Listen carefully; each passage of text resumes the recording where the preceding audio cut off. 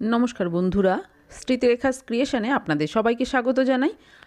आज आमी एक परोटार रेसिपि आपनादेर साथे शेयर करब। भीषण सहज, प्रत्येक बाड़ीते एई रकम परोटाई शीतेर समय रान्ना हये थाके। आमी किभाबे करेछि आज सेटाई आपनादेरके देखाते एसेछि। शीतकाले प्रत्येक बाड़ीतेई किन्तु देखबेन विभिन्न रकमेर शाक आसे। शाक आमरा एखन परोटा करेও खाई, भाजा खाई, तरकारी खाई, चच्चড়ি खाई, अनेक किछु खाई। आज आमी এই রকমই একটা শাকের পরোটা আপনাদের সাথে শেয়ার করব। প্রথমে দেখুন একটা বড় পাত্র নিয়ে নিয়েছি। এবার এর মধ্যে আমি নিয়ে নিচ্ছি বেশ কিছুটা মেথি শাক। মেথি শাকের আমি শুধু পাতাগুলোই নিয়েছি, এখানে ডাঁটাগুলো কিন্তু নিইনি। এবার এর মধ্যে দিয়ে দিচ্ছি চিনি, স্বাদ অনুযায়ী লবণ, দিয়ে দিচ্ছি সামান্য একটু হলুদ, একটু জোয়ান হাতে ঘষে দিয়ে দিলাম। এক টুকরো আদা নিয়েছি, সেটা গ্রেটারের সাহায্যে গ্রেট করে দিচ্ছি। আপনারা এখানে আদা বাটাও দিতে পারেন। আদাটা দেওয়া হয়ে গেছে। এবার এর মধ্যে আমি দিয়ে দেব লঙ্কা গুঁড়ো। এখানে আপনারা কাঁচা লঙ্কা কুচিও দিতে পারেন। দিয়ে দিচ্ছি বাড়িতে তৈরি টক দই 1 চামচ। দিয়ে দিচ্ছি বেসন। যে কোনো পরোটা তৈরি করার সময় যদি বেসন ব্যবহার করা হয় তাহলে কিন্তু পরোটার টেস্ট ভীষণই ভালো হয়। 2 চামচ বেসন দিয়ে দিলাম। এবার দিয়ে দিচ্ছি সাদা তেল। আমার চামচটা একদমই ছোট, সেই জন্য আমি এখানে 4 চামচ দিলাম। দিয়ে দিচ্ছি চায়ের কাপ মেপে 1 কাপ আটা। আমি পরোটাটা আজকে আটা দিয়ে করছি, তবে আপনারা চাইলে ময়দা দিয়েও করতে পারেন। দিয়ে দিলাম জিরে গুঁড়ো আর ধনে গুঁড়ো। এবার এই সব কিছু প্রথমে ভালো করে একটু মেখে নেব। জলের ব্যবহারটা আগে করব না, যদি প্রয়োজন হয় পরে করব। দেখুন জল ছাড়াই বেশ ভালো করে মেখে নিয়েছি। এবার এর মধ্যে খুবই অল্প জল দিয়ে একটা ডো তৈরি করতে হবে। খুব বেশি জলের ব্যবহার করা যাবে না। মেথি শাকের এই পাতা থেকেও কিন্তু বেশ কিছুটা জল বেরোবে, যেহেতু এখানে লবণ ব্যবহার করা হয়েছে। তাই এই ডোটা খুব বেশি নরম করে মাখবেন না, একটু শক্ত শক্ত মাখলেই ভালো হবে। দেখুন একটা ডো তৈরি করে নিয়েছি। এবার এই ডো থেকে লেচি কেটে নেব। এই ডোটা মেখে কিন্তু রেখে দেওয়ার কোনো প্রয়োজন নেই, তাহলে ডোটা খুব পাতলা হয়ে যাবে বা নরম হয়ে যাবে। দেখুন নর্মাল রুটির মতনই আমি লেচি কেটে নিচ্ছি। 1 কাপ আটা দিয়ে আমার এখানে 6টা পরোটা হবে। এবার এই পরোটাগুলো আমি বেলে নেব। কিচেন স্ল্যাবের ওপরেই বেলবো। প্রথমে একটু গুঁড়ো আটা ছড়িয়ে দিলাম। এবার একটা লেচি নিয়ে ভালো করে গুঁড়ো আটা মাখিয়ে নিয়ে নর্মাল রুটি যেভাবে আমরা বেলি সেইভাবেই বেলে নেব।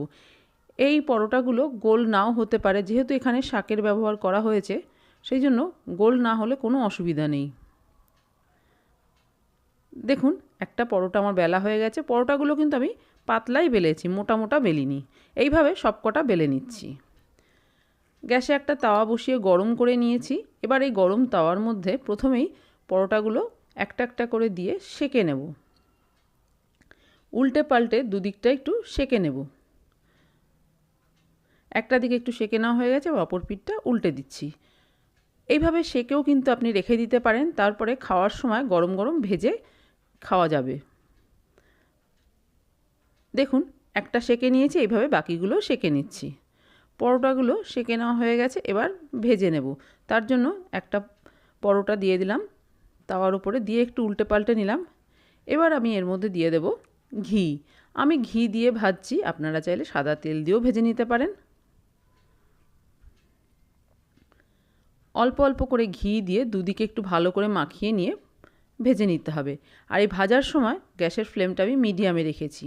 মিডিয়ামে রেখে ভাজলে খুব ভালো করে ভাজা হয়ে যাবে, কাঁচা থাকবে না। অপর পিঠটা উল্টেও দেখুন তার মধ্যেও ঘি লাগিয়ে দিচ্ছি। এইভাবে উল্টে পাল্টে পরোটাগুলো বেশ একটু লাল করে ভেজে নিতে হবে। খুন্তি দিয়ে ভাজতে একটু অসুবিধা হচ্ছিল, সেই জন্য খুন্তিটা পাল্টে নিলাম। এইভাবে চেপে চেপে বেশ লাল করে ভেজে নেব। এই পরোটা কিন্তু আপনারা দই দিয়ে, আচার দিয়ে, চাটনি দিয়ে বা শুধু শুধুও খেতে ভীষণ ভালো লাগে। নিরামিষ আমিষ যে কোনো রকম তরকারি দিয়েও খেতে পারেন, খেতে ভীষণই ভালো লাগে। মেথি শাক দেওয়া হয়েছে সেই জন্য কিন্তু এই পরোটাগুলো তেতো হয় না একটুও খেতে। আপনারা চাইলে এর মধ্যে একটু ধনেপাতা কুচিও দিতে পারেন। এখানে আপনি একটু হিঙের ব্যবহারও করতে পারেন। যেই টেস্টটা আপনার বেশি ভালো লাগবে আপনি সেভাবেই তৈরি করে নিতে পারেন। কত সহজেই দেখুন এই পরোটাগুলো কিন্তু তৈরি করে নেওয়া যায়। আর এই পরোটা কিন্তু ভীষণ নরম হয়, খেতে তেমনই সুস্বাদু হয়। প্রথম পরোটা কিন্তু আমার ভাজা হয়ে গেছে। এবার এই পরোটাটা আমি একটা অন্য পাত্রে তুলে নেব। একইভাবে বাকি সব কটা পরোটা আমি ভেজে নেব। একটু সময় নিয়ে চেপে চেপে গ্যাসের ফ্লেমটা মিডিয়ামে রেখে পরোটাগুলো ভেজে নিলে ঠিকঠাক ভাজাও হয়ে যাবে, খেতেও ভীষণই ভালো লাগবে। আরও একটা পরোটা দেখুন ওই একই রকমভাবেই কিন্তু আমি ভেজে নিচ্ছি। এই শীতে মেথি শাক বাজারে কিন্তু প্রচুর পরিমাণে পাওয়া যায়, তাই মাঝে মধ্যে এই রকম মেথি শাক দিয়ে পরোটা করে খাওয়া যেতে পারে সকালে বা রাতে। খেতেও ভীষণ ভালো লাগে, বাচ্চারাও কিন্তু খেতে ভীষণই পছন্দ করে। অনেকেই আছে মেথি শাক খেতে চান না, কিন্তু এইভাবে পরোটা করে দিলে কিন্তু বুঝতেই পারবে না এর মধ্যে মেথি শাক আছে, বেশ ভালোভাবেই তারা খেয়ে নেবে। ভীষণ সহজভাবে দেখুন আমার আজকের এই মেথি শাকের পরোটা তৈরি করা হয়ে গেল। আর পরোটাগুলো ভীষণই নরম হয়। আমি একটা আপনাদের দেখিয়ে দিচ্ছি কতটা নরম হয়েছে পরোটা। দেখুন হাতের মুঠোর মধ্যেই চলে আসছে, এত নরম হয়েছে। আমার আজকের এই মেথি শাকের পরোটার রেসিপি আপনাদের কেমন লাগলো বাড়িতে করে দেখতে পারেন। ভালো লাগলে একটা লাইক, শেয়ার, কমেন্ট করবেন। আর আপনি যদি আমার চ্যানেলে নতুন বন্ধু হয়ে থাকেন তাহলে আপনার কাছে একটাই অনুরোধ, আমার চ্যানেলটা সাবস্ক্রাইব করে আমার পাশে থাকার। আপনারা ভালো থাকবেন। আপনাদের সাথে আমার আবার দেখা হবে অন্য কোনো নতুন ভিডিওতে নতুন কোনো রেসিপির সাথে।